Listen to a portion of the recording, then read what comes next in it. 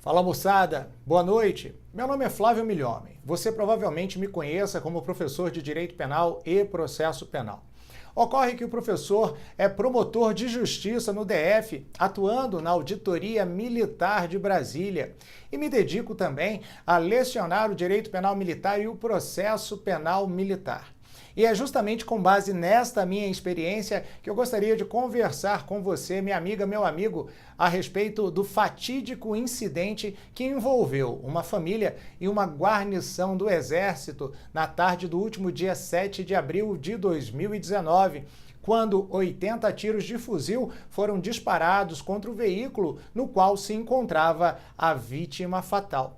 É justamente a partir da necessidade de análise técnico-jurídica de tal fato que nós vamos agora conversar a respeito. Eu lembro a você, minha amiga, meu amigo, que estão nos assistindo no IGTV, que não haverá possibilidade de você ver o material, legislação, Constituição que nós estamos a partir de agora utilizando. Então eu recomendo fortemente que você acesse o canal do professor Flávio Milhomem no YouTube, onde você verá todo o material utilizado ao longo dessa nossa conversa, beleza? Então vamos nessa, joga na tela aí, batatinha. No domingo, dia 7 de maio de 2019, uma guarnição do Exército Brasileiro disparou contra o carro de Evaldo Rosa dos Santos, que passava por uma estrada perto da Vila Militar de Deodoro, na zona oeste do Rio. Foram disparados 80 tiros de fuzil, mas 2 pessoas ficaram feridas na ação do Exército, o sogro da vítima fatal e um terceiro que passava pelo local. No interior do veículo se encontravam a vítima fatal, o músico e segurança particular, a sua mulher, o seu filho de 7 anos, a sua comadre e o seu sogro. Tanto o motorista quanto o passageiro foram atingidos. O motorista, o senhor Evaldo Rosa dos Santos, o passageiro, no banco da frente, o seu sogro. E uma terceira pessoa que se encontrava no local, mas que não guardava qualquer relação com a família, também foi atingida. São estes os contextos ou o contexto fático que envolve a análise técnico-jurídica de tal evento. Então nós começamos tratando quanto à natureza jurídica do crime. Cuida-se de crime comum ou de crime militar. E para isso eu chamo a sua atenção para a redação do Código Penal Militar. Joga na tela aí, batatinha, vamos nessa. Olha lá. Artigo 9º do Código Penal Militar. Consideram-se crimes militares em tempo de paz. Inciso 2º, os crimes previstos neste Código e os previstos na legislação penal quando praticados. A linha C, por militar em serviço ou atuando em razão da função em comissão de natureza militar ou em formatura, ainda que fora do lugar sujeito à administração militar, contra militar da reserva ou reformado ou civil. Esta última hipótese, crime praticado por militar contra civil em face do exercício da função militar, é o que caracteriza tal crime como um crime militar, adequando-se, portanto, à tipificação no artigo 205 do Código Penal Militar e não no artigo 121 do Código Penal Comum, já que o Código Penal Militar é considerada legislação especial em relação ao Código Penal Comum. Mas, professor, tanto o artigo 205 quanto o artigo 121 tratam do crime de homicídio doloso. É isso mesmo?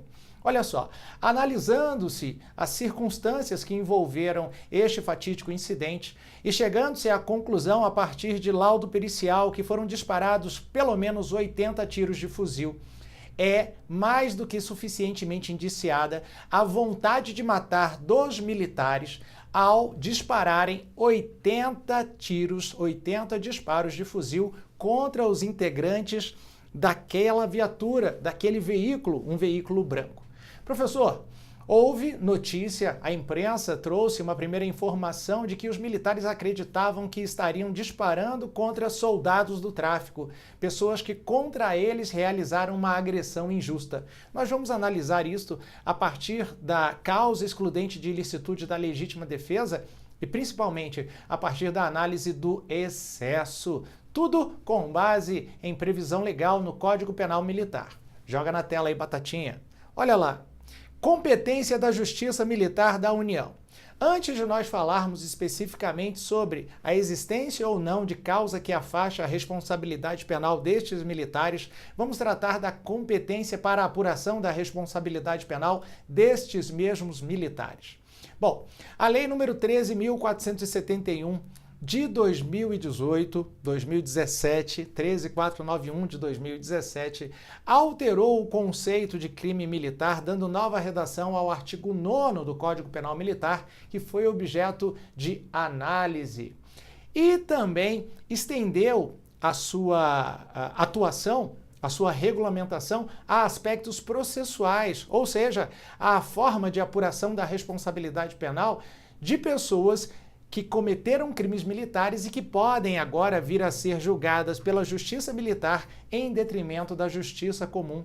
E é justamente essa situação que nós estamos tratando. E vou mostrar isso a partir da análise do artigo 5º, parágrafo 2º do Código Penal Militar. Joga na tela aí, Batatinha. Olha lá. Competência da Justiça Militar da União. Artigo 5º, parágrafo 2º. Os crimes de que trata este artigo, quando dolosos contra a vida e cometidos por militares das Forças Armadas contra civil, serão da competência da Justiça Militar da União, se praticados no contexto, inciso 2º, de ação que envolva a segurança de instituição militar ou de missão militar, mesmo que não beligerante. Vem cá comigo, Batatinha. A hipótese dos autos envolve uma guarnição do Exército que realizava o policiamento ostensivo nas imediações da Vila Militar de Deodoro. É justamente a situação que enseja o reconhecimento da competência da Justiça Militar da União para a apuração desta responsabilidade pelo cometimento de crime doloso contra a vida, tendo por vítima um civil. É a alteração promovida pela Lei nº 13.491 que faz com que se reconheça a competência da Justiça Militar da União. Assim, caberá ao Ministério Público Militar o ajuizamento da ação penal e ao Conselho Permanente ou Conselho Especial a apuração da responsabilidade dos militares envolvidos, sejam eles, respectivamente, praças ou oficiais. Beleza? Vamos deixar de lado essa abordagem processual e vamos voltar à análise do direito penal militar, a partir da análise da legítima defesa do seu excesso e também da chamada discriminante putativa no direito penal militar. Joga na tela, Batata. Olha lá. Primeiro, antes de mais nada, nós vamos conversar a respeito do chamado erro de fato. Vem cá comigo, Batatinha. O erro de fato, ele encontra previsão no artigo 36 do Código Penal Militar. E o artigo 36 encontra a seguinte redação: é isento de pena quem, ao praticar o crime, supõe, por erro plenamente excusável, a inexistência de circunstância de fato que o constitui ou a existência de situação de fato que tornaria a ação legítima. Esta última parte do artigo 36 é a que nos interessa para analisar a questão, o incidente envolvendo a guarnição do Exército e a família lá em Deodoro, na zona oeste do Rio de Janeiro. E para isso eu vou, inclusive, chamar a sua atenção, me valendo da canetinha chamadora de atenção do milhomem. Vamos lá. Usa ela, professor. Última parte. Ou a existência, tá aqui, ou a existência de situação de fato que tornaria a ação legítima. Vem cá comigo, Batata, por gentileza. O erro é a falsa representação da realidade e que, quando incide sobre uma elementar de fato típico, supostamente criminoso, afasta a responsabilidade penal do agente, posto que ausente uma condição essencial para a aplicação da sanção penal. A hipótese da última parte do artigo 36 guarda relação com a identificação do artigo 20, parágrafo 1º do Código Penal Comum. Estamos falando da chamada discriminante putativa. A falsa representação da realidade do agente, ela incide sobre uma situação que só existe na cabeça do agente, situação esta justificante, ou seja, a suposição de que se está diante de uma situação que dá ensejo à tomada de alguma posição prevista em lei. No caso, nós estaríamos tratando da chamada legítima defesa putativa.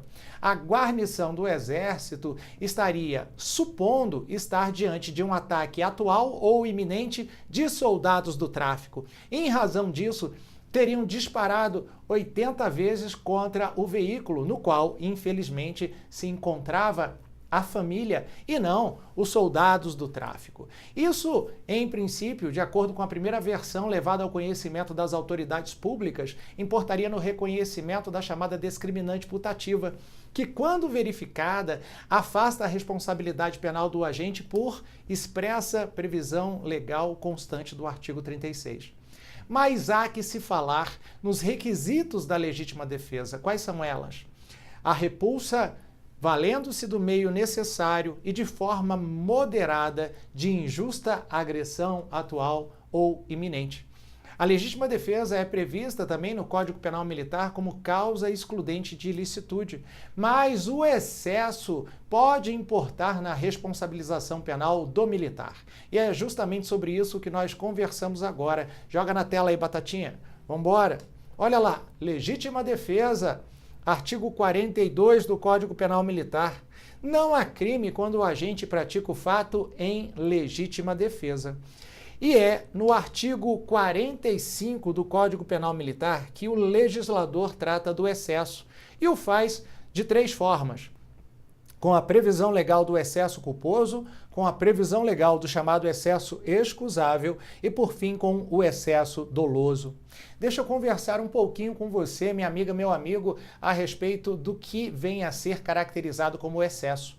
O excesso é a falta de moderação, no caso da legítima defesa, na repulsa a uma agressão injusta e atual ou iminente. Esta falta de moderação tanto pode recair sobre a escolha de um meio desnecessário de repulsa ou mesmo na utilização de um meio necessário de forma imoderada. Sob o meu ponto de vista, é esta última hipótese que ensejaria o reconhecimento do excesso na atuação da guarnição do Exército. Vamos dar uma olhada na previsão legal. Joga na tela, Batatinha.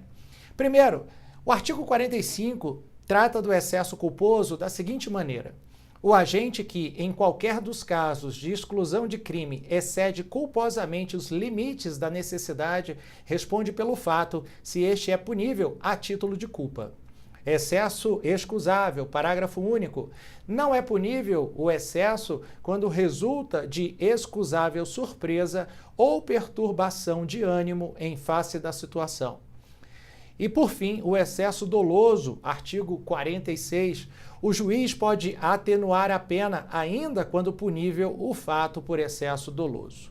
E você me pergunta, professor, a hipótese é de excesso culposo, de excesso doloso ou de excesso excusável? Bom, para responder isto, é necessário se conhecer as provas dos autos, tanto os elementos de informação colhidos durante a fase investigatória no âmbito do inquérito policial militar, quanto também a partir da judicialização dessas provas perante a auditoria militar competente no estado do Rio de Janeiro.